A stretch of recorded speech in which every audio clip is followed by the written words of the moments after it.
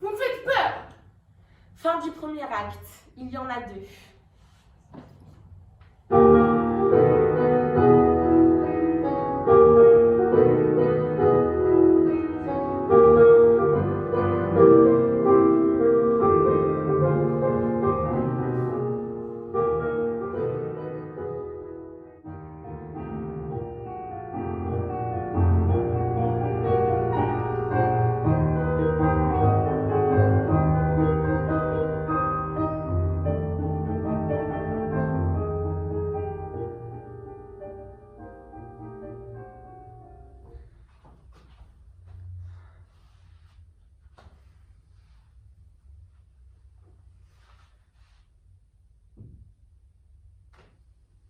Il ne manque qu'une chose à ton théâtre.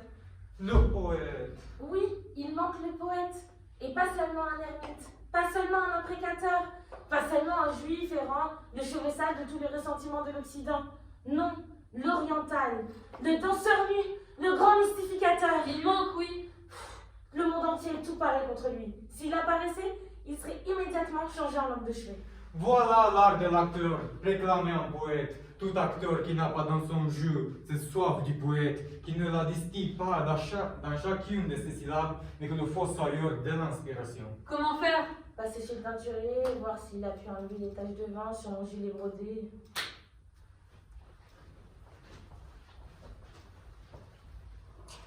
Pendant ce temps, en modivision satellite, le poète s'adresse à l'humanité.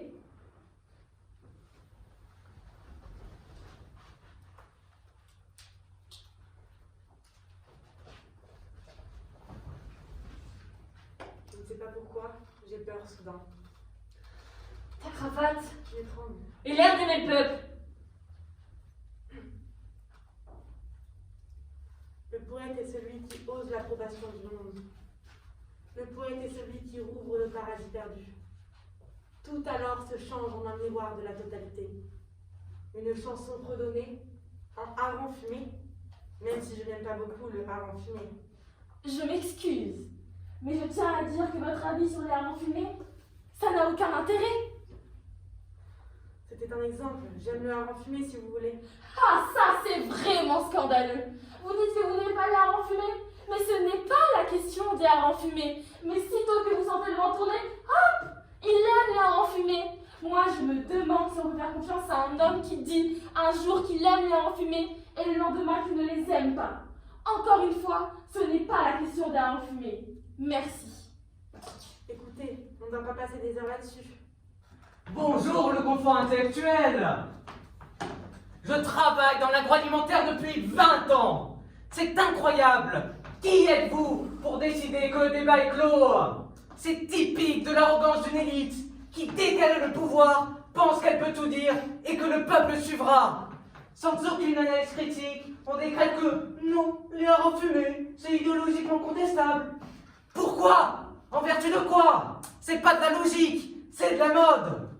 Je n'ai pas dit ça. Je m'excuse. Je travaille moi-même dans le domaine de la communication et du tourisme. Et je voudrais dire que le débat est vraiment mal engagé.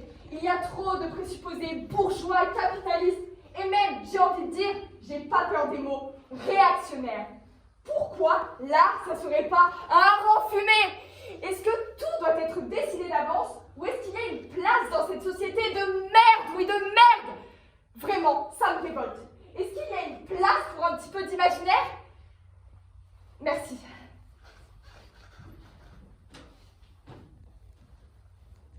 Je crois que le théâtre a un sentiment de la totalité. On ne peut pas retirer un hareng fumé, même une tête de hareng fumé, même une arête de hareng fumé.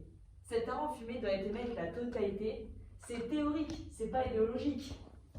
Mais tout est idéologique. Excusez-moi. 27 ans d'analyse, ça aide aussi à écouter. Vous parlez de hareng fumé. Il n'y a qu'à vous écouter. Pour vous, l'art est parti en fumée. L'art, ce n'est que de la fumée.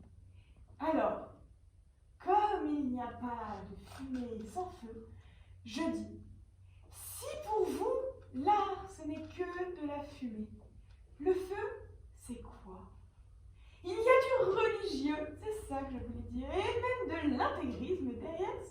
enfumé. Mais on perd un temps à parler de cette histoire de harengs fumés. Ah, merci. Le fond du problème n'est pas là. Les harengs fumés, c'est une diversion pour que la question soit évitée. Quelle question? La complicité. La complicité entre la parole et le monde marchand. On le voit bien, avec du blabla, on peut vendre n'importe quoi, même des harengs fumés. Moi je trouve, pardon, je suis une mère de 4 enfants, je trouve que cette question du hareng fumé, elle est vraiment importante. Parce que comme disait le monsieur tout à l'heure, c'est l'échec de la démocratie. Qui a dit ça? Il n'a pas vraiment dit ça, mais il voulait dire ça. Je pense qu'avec ce qui se passe dans le monde en ce moment, la souffrance partout, l'empire américain, la dictature médiatico-télévisuelle, on ne peut pas se permettre de dire « j'aime pas les harengs fumés » sans jeter un discrédit sur l'ensemble de la communication. On ne devrait pas se contenter de parler de harengs fumés. Je pense que pour que l'homme garde sa part d'humanité, il a aussi besoin de sens.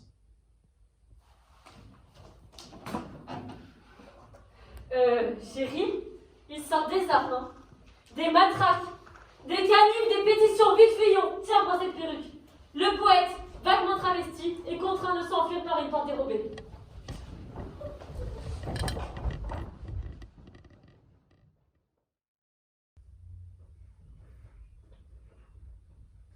Pendant ce temps, Tante Geneviève progresse dans le dur apprentissage de l'art dramatique. Ah, j'aimerais m'attaquer à la tragédie. L'acteur tragique n'a aucune intention. Il est comme absent de sa propre parole. Trop de douleur ont fait grandir en lui un éloignement splendide. Mais alors toutes ces informations qu'Alouka m'a apprises. Elles seront inutiles au jour tragique. L'acteur tragique ne module pas. Pendant ce temps, le poète et sa mère tentent de survivre à la bronca. Mais qu'est-ce qui t'a pris de parler de harengs fumés? Tu m'as poignardé dans le dos après tous ces sacrifices. Je fais la femme qui voulait un enfant. Pourriture, chien, tu nous as trompés, tous. Quand je pense que je voulais un enfant de toi, je suis enceinte de ton pire ennemi. Mais lis les journaux, l'imposteur démasqué, le vrai visage du poète a un rang de trop. Nous sommes fichus. Vite, il faut fuir. Vanerzé, Guernesey, Colombey des Églises, Sainte-Hélène. La sœur du président m'a dit qu'il s'adressait à la nation demain. Ton pire ennemi vient de jouer une pièce de théâtre où les acteurs sont placés par des cochons en rue, c'est le triomphe. Oh, je préfère te dire, j'ai débaptisé la boutique. J'ai choisi prêt-à-porter culturel, les ventes remontent. Le président de la culture arrive à Toto au pire. Votre chute a entraîné la mienne. Je suis déchu. Venez avec nous, j'ai des gâteaux secs et du rhum, nous partons à Sainte-Hélène. N'exagérez pas. Je suis déchu à la manière d'un ministre. Je suis nommé au Conseil constitutionnel. Entre son père, Oh, c'est ton père. Ton père, mon fils, retire cette perruque. Remets cette perruque. Écoute ton père. Fais ce que je te dis. Tu nous as couvert de honte. Et d'ailleurs, il m'est venu une idée. Tu ne peux pas être mon fils. Jamais je me serais fait le porte-coton du roi pour gagner des légions d'honneur des Marocains ou d'harengs fumés. C'est moche. Adieu, n'essaye pas de me voir jamais. Tu l'as bien cherché. La colère du peuple monte. J'ai peur que te ridiculiser ne suffise plus à laver le gouvernement. Le président de la République arrive incognito à Toto au pire.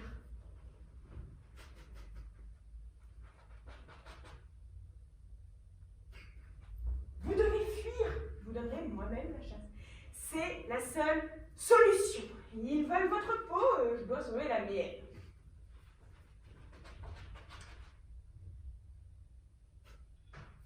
Il faut le charger de tous les péchés du monde. Il était déjà coupable dans mon ventre. Oh, le ministre de... non, le marchand de mode. Vite, cache-toi dans les jupes. Il n'est plus à la mode, il n'est plus à la mode. Comment il peut mourir à sort? Les soldes. Toute la civilisation en est là. Maman, sauve-moi. Ne t'en fais pas. J'ai tout prévu. La confiserie de Tante Geneviève. Ah, c'est bientôt Noël. Tu sais quelle peine à écrire pour ses blagues pour ses papillotes. La pauvre chérie. Qu'est-ce qui tourne sans tourner? Le lait. C'est spirituel. Tais-toi. De toute façon, la poésie, c'est tout ce que tu sais faire. Pendant ce temps, Tante Geneviève lisant les papillotes. Alors, la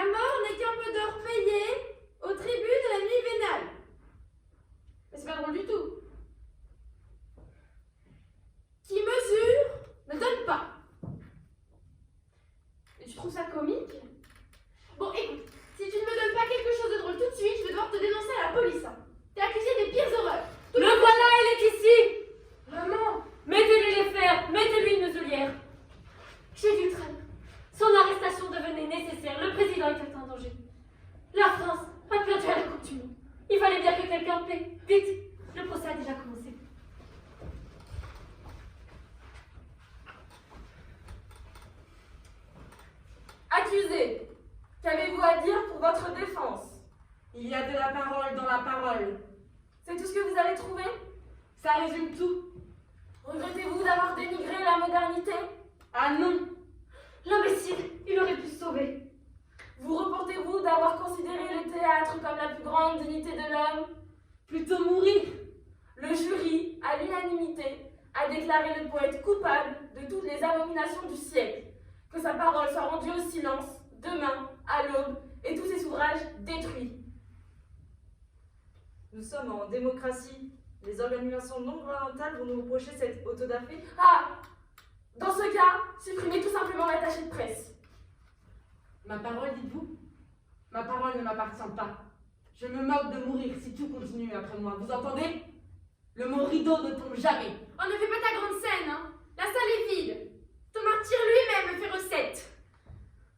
Mon fils, tu es perdu. J'ai marchandé trop longtemps. Ils vont te précipiter du haut des remparts. L'exécution était publique? Oh, j'espère pas. Je n'ai rien à admettre. Vite, soutenez-moi. Nous allons faire une belle sortie. Raluca disait, entrez vite, et sortez lentement. À l'aube, dans la prison. Mon fils, je viens vous confesser. En cette dernière heure, ne trichez pas comme vous avez toute votre vie triché. Tout ce que j'ai fait n'est que collage et plagiat. Shakespeare lui-même imitait Sénèque. J'ai renié mes amis. Vous avez été fidèle à vos idées. Mais vous m'agacez à la fin. C'est comme si je n'avais rien fait. J'ai perdu la foi. Que c'est original. Tiens, voilà votre père, le vrai. Tâchez d'être moins ennuyeux. Entre son père. Oh, mon père, le vrai. Pardonne-moi si je t'ai offensé. Jamais. Je suis venu te dire que j'ai changé mon état civil. J'en veux plus de ce nom qui nous relie. Les services administratifs, vu de la situation, ont été compréhensifs. Mais vous ne pouvez pas changer de nom.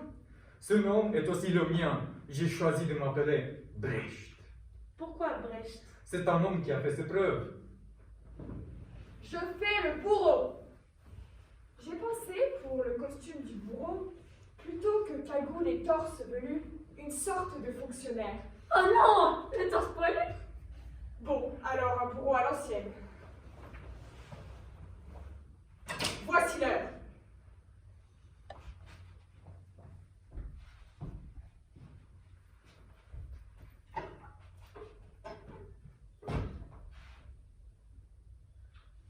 Mon fils, le président te fait grâce, mais il faut que tu suives abjuration. Une seule phrase. La beauté n'existe pas en soi. Paris vaut bien une messe. La beauté n'existe pas en soi. Ah, c'est bien simple. Fin de l'acte 2.